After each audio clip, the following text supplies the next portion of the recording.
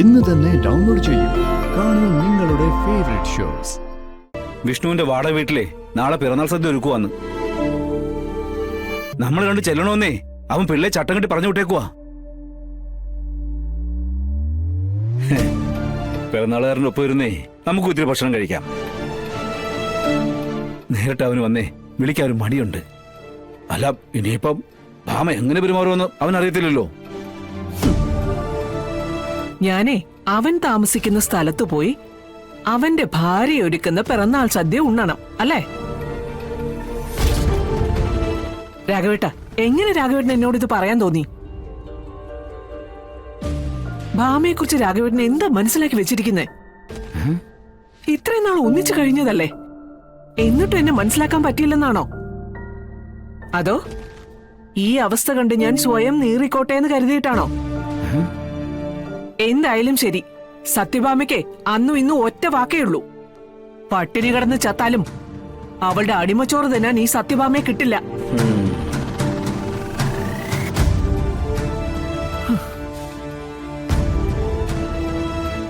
പിള്ളേ, മേലാൽ ഇതുപോലുള്ള അവന്റെ വക്കാലത്ത് കൊണ്ട് വന്ന ആദ്യം ഇവിടുന്ന് പുറത്താകുന്നത് താനായിരിക്കും. അവനിപ്പോഴേ അമ്മയുടെ വാക്കിനല്ല വില, കളക്ടറുടെ വാക്കിനാ. ആ തന്തയില്ലാത്ത കൊച്ചിന് തന്തയാകാൻ വേണ്ടിയല്ലേ അവനിപ്പോ ഒന്നിച്ചു പോയി അവളുടെ കൂടെ താമസിക്കുന്നത്. താമസിക്കട്ടെ, താമസിക്കട്ടെ. നാണവും മാനവും വിറ്റ് ജീവിക്കാൻ തുനിഞ്ഞിറങ്ങിയിരിക്കുന്നവര് അങ്ങനെ പലതും കാണിക്കും.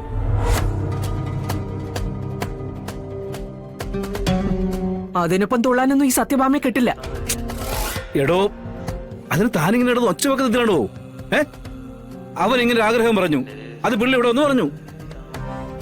നമുക്ക് ഇഷ്ടമല്ലേ, പോകണ്ട, അത്രയുള്ള കാര്യം.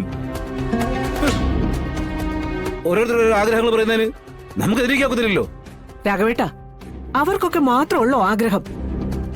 അവനെ പ്രസവിച്ച അവന്റെ തള്ളയുടെ ആഗ്രഹങ്ങളൊന്നും അവനെന്താ ഓർക്കാൻ കഴിയുന്നില്ലേ?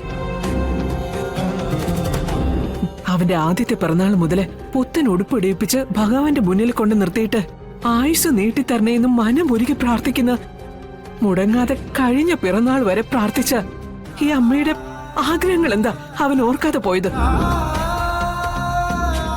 എന്റെ ഈ വീട്ടിൽ ഞാൻ പതിവ് പോലെ കഞ്ഞിയും കറിയും വെക്കും. അതെ, കഴിക്കാൻ താല്പര്യമുള്ളവര് കഴിച്ചാ മതി, അല്ലാത്തവരൊക്കെ പട്ടിണി കിടക്കും. ഒരാഘോഷം ഇവിടെ ഉണ്ടാവില്ല. പുകഞ്ഞ കൊള്ളി പുറത്ത്.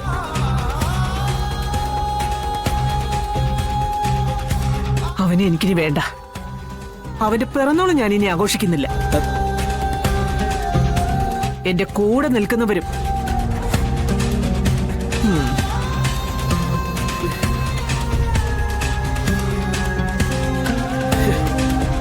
പിള്ളേ, ഇതെവിടെങ്കിലും എടുത്തോണ്ടെന്ന് ഒതുക്കി നോക്ക്. നാളെ സമാധാനപരമായിട്ട് കാര്യങ്ങളൊക്കെ സംസാരിച്ചു നോക്കാം. പൊന്നി, ഇതകത്തോട്ട് വെച്ചേ.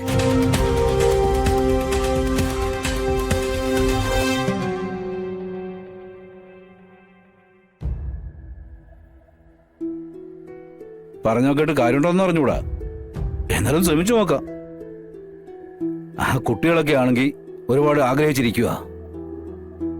അവരോടൊക്കെ ഇനി എന്തു പറയും? ഛേ.